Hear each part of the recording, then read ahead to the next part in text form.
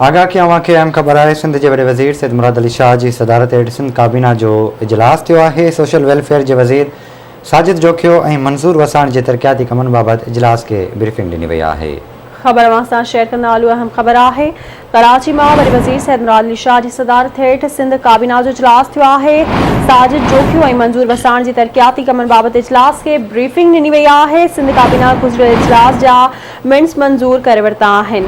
अवां खे आगाही ॾींदा हलूं। अहम ख़बर है। कराची में वॾे वज़ीर सैयद मुराद अली शाह की सदारत हेठि सिंध काबीना जो इजलास थियो।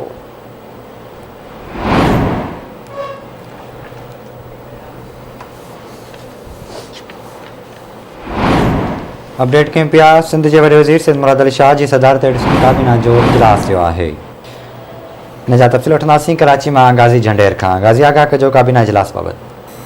जी बिल्कुल, सिंध के वॾे वज़ीर सैयद मुराद अली शाह की सदारत हेठि सिंध काबीना जो इजलास थी रहियो आहे, जंहिंमें सूबाई वज़ीरनि सां गॾु सलाहकार ऐं वॾे वज़ीर जा ख़ासि मददगार थोरे सरकारी कामोरा शामिल आहिनि। अॼु काबीना जे इजलास में गुज़िरियल इजलास जे मिनट्स की मंजूरी वरिती वई है, जॾहिं त इजलास दौरान ज़राअत वारे सलाहकार मंसूर हुसैन वसाण वॾे वज़ीर के पंहिंजे डिपार्टमेंट के हवाले से तरक्याती रिथाउनि के हवाले से ब्रीफिंग दी है। मंसूर वसाण ॿुधायो है तो कुल 5 बिलियन रुपयनि जूं 43 स्कीमूं ज़राअत खाते में हलंदड़ आहिनि। हुकूमत 900 मिलियन रुपयनि जारी कया आहिनि इन्हनि मुख़्तलिफ़ तरक्याती रिथाउनि के हवाले से, जॾहिं त सूबाई वज़ीर बराए सोशल वेलफेयर साजिद जोखियो पिणु पंहिंजे डिपार्टमेंट की तरक्याती स्कीमुनि के हवाले से ब्रीफिंग ॾिनी है। अॼु वॾे वज़ीर की सदारत हेठि जेको काबीना जो इजलास थी रहियो आहे, उनमें राइस कैनाल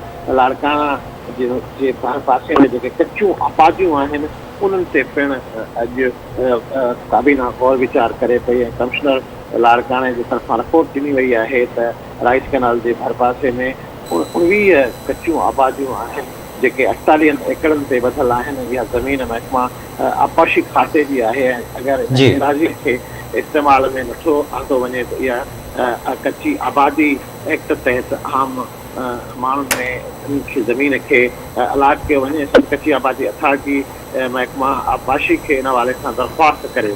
मुख़्तलिफ़ क़िस्म जा इशू आहिनि जेके हींअर सिंध काबीना में ज़ेर बहस आहिनि ऐं काबीना जो इजलास हलंदड़ आहे। जी मेहरबानी अवां जी अपडेट करण लाइ।